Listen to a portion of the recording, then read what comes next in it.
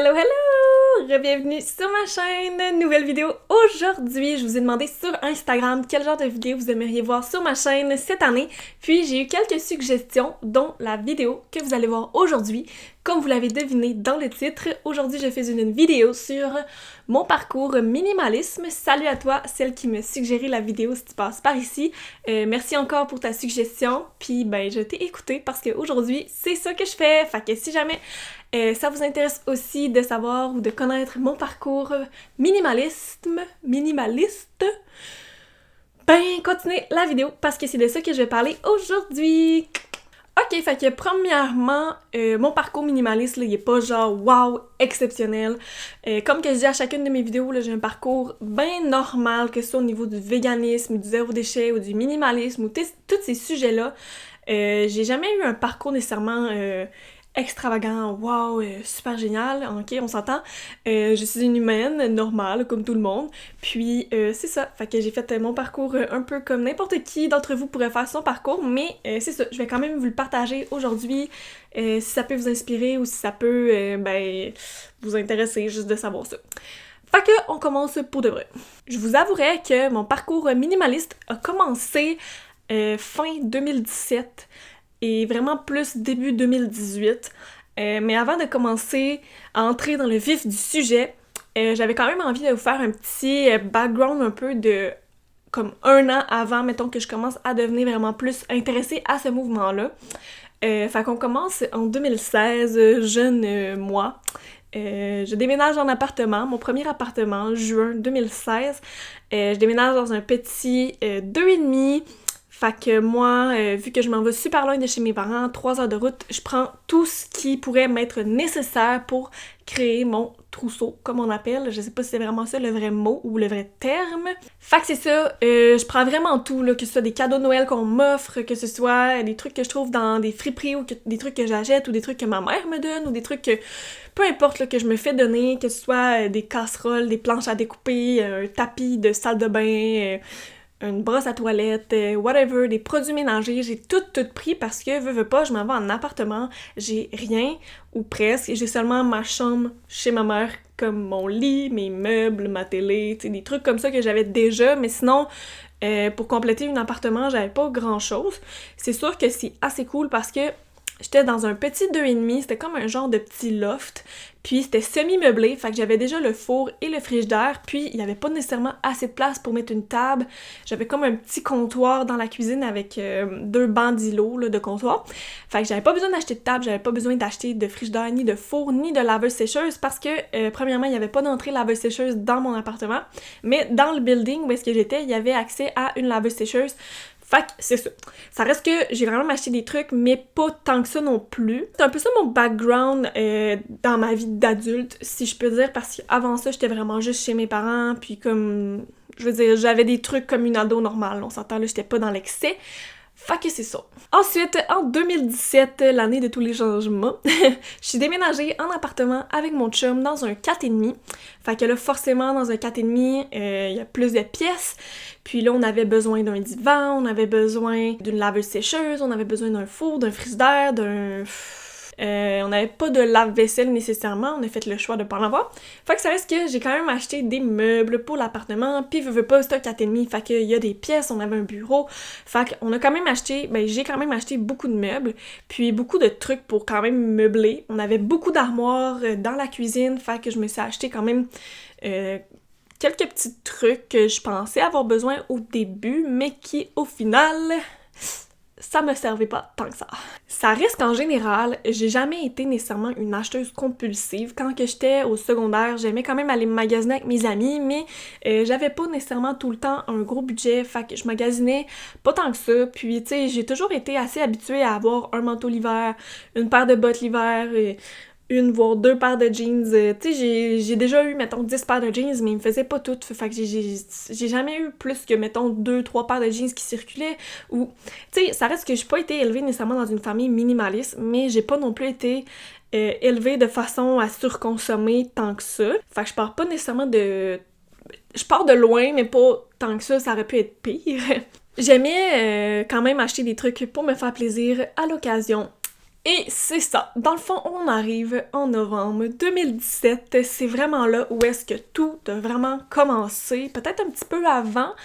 J'ai découvert des chaînes YouTube qui m'intéressaient beaucoup à l'époque. Oh, à l'époque. On s'entend, là, en 2017. C'était la chaîne, j'en ai déjà parlé ici sur YouTube, c'est la chaîne de Un soupçon de rose, donc Marjorie. Je pense que c'est encore ça, sa chaîne. Puis Joséanne SC, que vous connaissez tous sûrement déjà, c'est Joséanne, quoi, ok?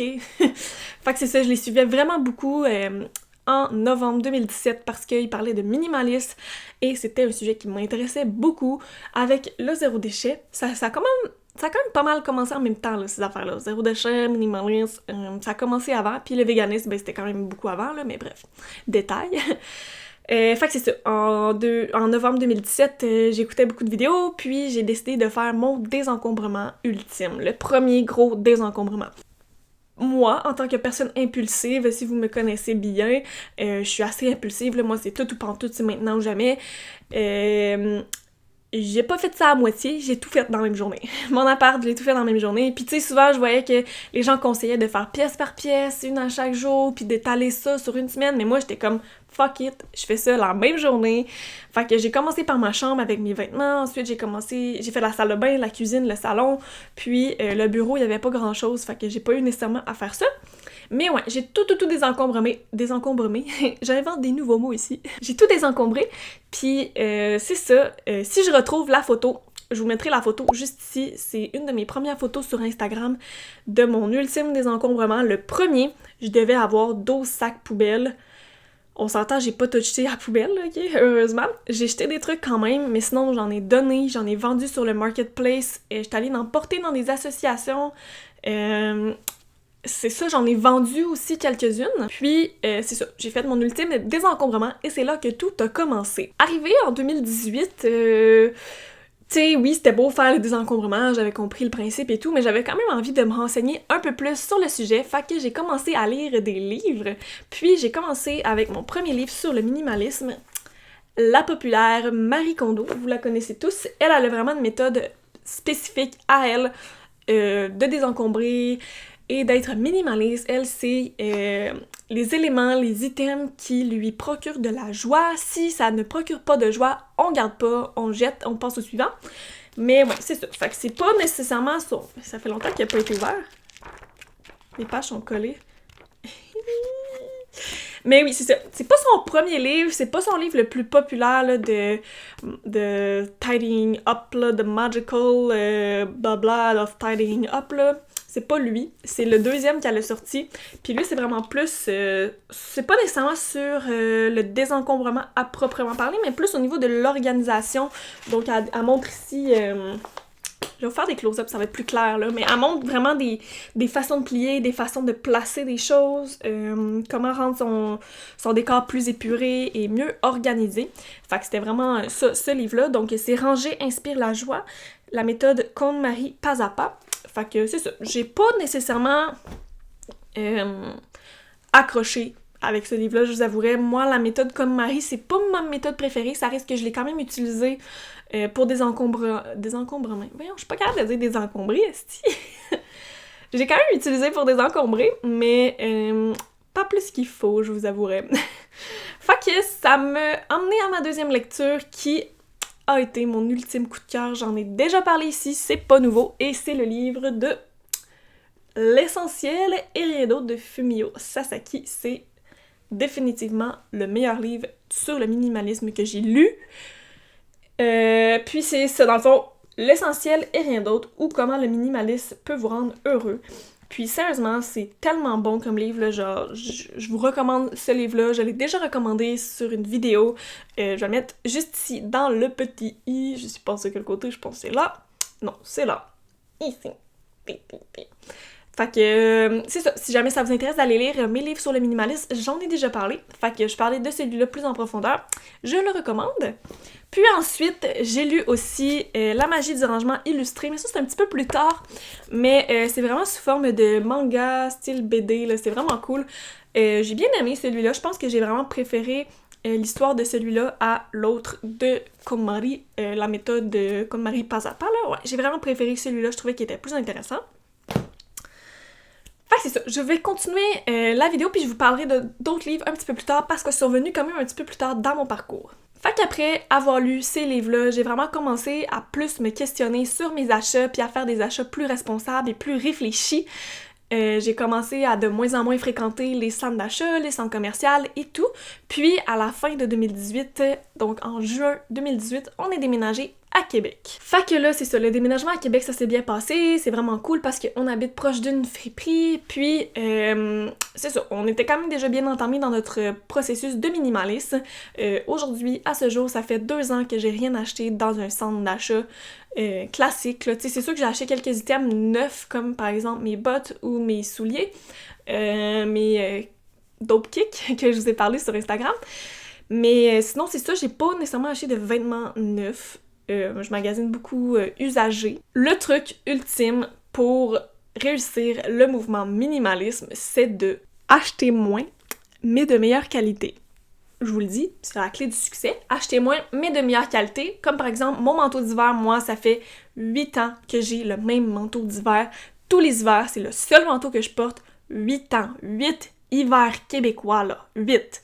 C'est quand même beaucoup, ok? 8. Puis je pense pas le changer nécessairement dans les prochaines années. J'avais pensé le changer l'année passée pour un manteau vegan, mais j'ai pas trouvé une compagnie assez éthique pour me dire que ça vaudrait la peine que je change de manteau. Fait que je garde ce manteau-là. Puis mes bottes d'hiver que j'ai achetées il y a environ 3 ans, que je porte encore à ce jour. C'est des bottes d'hiver super chaudes que je peux aller jouer dans la neige avec. C'est des Kamik vegan. Puis je compte vraiment les garder encore longtemps si mes chats continuent pas à manger les semelles enrobeurs, ça serait le fun. Puis aussi, dans le minimalisme, ce qui est cool, c'est de acheter usagé. Ben, premièrement, ça fait en sorte qu'on achète moins rapidement parce que si on tente de le chercher usagé d'abord avant d'aller tout de suite l'acheter dans un centre d'achat, ben, on le trouve pas nécessairement du premier coup, fait que ça demande un peu plus de temps. Puis peut-être qu'à force d'y retourner, ben, on se rend compte qu'on en a pas nécessairement besoin de cet item-là, fait qu'on l'achète pas. Moi, je recommande vraiment les friperies, le marketplace, les groupes Facebook de dons dans votre quartier, des choses comme ça. C'est super cool. Même au niveau du zéro déchet, ça fait en sorte qu'on renouvelle et qu'on recycle les items qui existent déjà. Pour vrai, je recommande vraiment ça dans votre parcours vers le minimalisme. Pour continuer dans les dates, on est rendu en 2019, qui était l'année dernière, on s'entend. J'ai encore eu une folie de désencombrement. Je pense que c'était au printemps passé. Oui, fait que j'ai vraiment ma chambre reviré ça de bord, j'avais besoin de changement, puis on dirait que j'ai commis une folie, là, je me suis dit je vais aller m'acheter des décorations, je vais aller genre au village des valeurs, je vais m'acheter des trucs, puis je vais redécorer la maison, ça va être beau et tout. Puis finalement, je me suis comme un peu remise en question et je me suis un peu remis les pieds sur terre et je me suis dit, ben non, j'ai plein d'affaires ici, super beau, super cool, pourquoi j'irais acheter des nouvelles choses, pourquoi j'irais m'encombrer de nouvelles choses? Fait que ce que j'ai fait, puis ce que je vous recommande vraiment si vous avez envie de changement dans votre maison ou dans votre appartement, j'ai changé ma chambre de bord complètement, j'ai changé les meubles de place, j'ai ajouté une plante, j'ai changé un drap de lit, j'ai mis des photos au mur, j'ai fait en sorte que la chambre ressemble vraiment plus à ce qu'elle était à la base. Puis ça, pour vrai, ça fait tellement du bien, là. Puis en plus, si c'est pour faire que vous allez pas acheter des choses, ben pour vrai, c'est vraiment un super bon truc. Ensuite de ça, ce que j'ai fait aussi, c'est que les items que j'avais plus besoin dans ma folie de désencombrement, de tout vouloir changer mon appart, il y a quand même des items que j'ai retenus que j'avais plus besoin. Fait que ce que j'ai fait, c'est que j'ai décidé d'en vendre sur le marketplace ou d'en donner. Comme je vous ai déjà parlé sûrement plusieurs fois ici, moi je suis dans un groupe d'échange dans mon quartier. Il y a aussi un groupe d'échange pour ma ville, fait que c'est vraiment cool. Je peux proposer des items que je donne aux gens ou que je peux échanger, mais souvent, moi, je fais juste les donner, fait que les gens viennent les chercher, puis sont super contents, ça trouve une deuxième famille à mon item, puis ça fait en sorte que je vais pas l'acheter, puis que je vais pas m'encombrer de cet item-là. C'est vraiment cool, ça aussi. J'ai aussi fait, si vous m'avez suivi sur Instagram, les 2 premières semaines du mois de décembre, j'ai fait le calendrier de l'Avent inversé. J'ai pas pu continuer parce que je suis partie en France, mais ça reste que le calendrier de l'Avent inversé, c'est aussi un processus minimaliste qui est vraiment cool à faire, c'est que au lieu d'avoir un calendrier de l'Avent, exemple de chocolat ou de produits ou de... Tu sais, la plupart des gens s'achètent un calendrier de l'Avent, puis je vais pas juger, là, mais moi, ça m'intéresse pas. Puis ce que j'ai décidé de faire, c'est de, à chaque jour, donner un item. J'ai fait ça avec mon chum, fait qu'on a vraiment une boîte qui traîne encore dans le bureau, soit dit en passant, faut que j'aille porter ça. Mais que c'est ça. À chaque jour, on donnait un item dans la boîte, on mettait un truc qu'on n'utilisait plus, fait que ça pouvait être un livre, ça pouvait être... Moi, je sais que j'ai donné des vêtements, des livres, des souliers, j'ai donné des articles de cuisine, tout plein de choses que vous servez plus, puis que vous allez porter à une association ou que vous donnez à des gens dans le besoin. C'est vraiment cool ça aussi, puis ça fait en sorte qu'on désencombre notre appartement. Puis aussi, je demande plus de cadeaux à Noël. Je l'ai dit à ma famille, j'ai dit à mon chum, je ne veux plus de cadeaux. Mais c'est pas toujours un franc succès, je t'avouerais, j'obtiens encore des cadeaux à Noël, même si je demande rien, que je dis que j'ai besoin de rien, j'ai encore quelques petits cadeaux, mais bon, c'est encore à travailler, mais c'est ça, c'est pas si pire que ça quand même, là. Mais ça risque que c'est ça pas mal mon parcours vers le minimalisme. Comme je vous disais, c'est pas super wow, mais c'est mon parcours. Puis comme je vous avais promis, je vais vous montrer mes 3 derniers livres que j'ai envie de vous parler sur le minimalisme. Donc il y a celui-là ici, c'est En as-tu vraiment besoin? C'est un livre sûrement que vous connaissez déjà, c'est assez populaire au Québec, là. Il a vraiment été énormément vendu. C'est un livre justement de... c'est pas nécessairement un livre de minimalisme, mais c'est vraiment de... Ça aborde tous les sujets, là, au niveau des assurances, au niveau de la carte d'assurance maladie, au niveau de... Je sais pas moi, ça peut vraiment être n'importe quoi, là. Je me rappelle plus des thèmes nécessairement, là, mais... Parce que ça fait un moment que je l'ai lu, mais... aller chez la coiffeuse, les voyages... ça peut parler d'argent, là, vraiment comme faire faillite... les dettes, l'argent, le mariage, les enfants, l'amour, posséder des biens, gérer des attentes, les stratégies de communication. Vraiment, là, il y a tout plein de sujets, puis ça dit vraiment, est-ce que c'est des choses qui sont vraiment utiles ou si c'est plus quelque chose qu'on s'est comme fait endoctriner et qu'on pense que c'est utile. Fait que c'est vraiment cool, puis c'est un truc aussi, un livre qui nous pousse à réfléchir avant d'acheter. Justement, il y a comme un petit truc à la fin, j'ai trouvé ça super drôle, c'est une petite pochette pour mettre sa carte de crédit, puis c'est écrit dessus « En as-tu vraiment besoin? » Fait que quand tu sors ta carte de crédit, tu vois ça à chaque fois, puis tu te poses la question « Est-ce que j'en ai vraiment besoin? Qu'est-ce que ça va m'apporter d'acheter cet objet-là? » Fait que c'est ça, ce livre-là aussi, je vous le recommande, c'est vraiment cool. Ensuite, j'ai celui-là ici, c'est Vivre simplement. Celui-là aussi, j'en ai déjà parlé sur ma chaîne, fait que si ça vous intéresse d'en savoir plus, le petit i que j'ai mis tout à l'heure est toujours à jour, et au pire, je mettrai le lien de mon vidéo en description si je m'en rappelle. Mais ouais, c'est ça, c'est un magnifique livre sur le minimalisme en famille et la simplicité en famille et la simplicité individuelle. Ouais. Fait que c'est ça, je vous le recommande. Et le dernier livre, le dernier que j'ai lu, c'est le livre de Josiane, justement, la belle Josiane que j'arrête pas de vous parler tout le temps, je l'admire tellement, c'est tellement de bonne personne.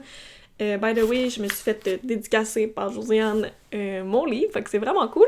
Mais ouais, c'est ça, c'est un livre sur le minimalisme sacré, fait qu'elle a vraiment sa méthode à elle de décrire le minimalisme. Je vais pas vous en parler plus parce que vous devez sûrement déjà connaître ce livre-là. Si vous connaissez pas le livre, ben...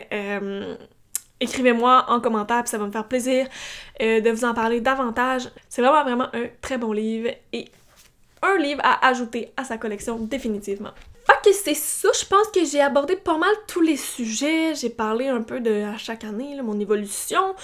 Aujourd'hui, je gère vraiment bien le minimalisme encore, c'est sûr que je fais quelques petits achats, là, comme quand je suis allée en France, tu sais, je me suis un petit peu gâtée, je me suis acheté des livres, je m'achète des trucs, mais je pense que le minimalisme, c'est chacun à sa façon, puis l'important, dans le fond, c'est d'être heureux là-dedans. Puis c'est ça, dans le fond, fait qu'on devrait pas avoir à juger personne selon leur parcours, puis...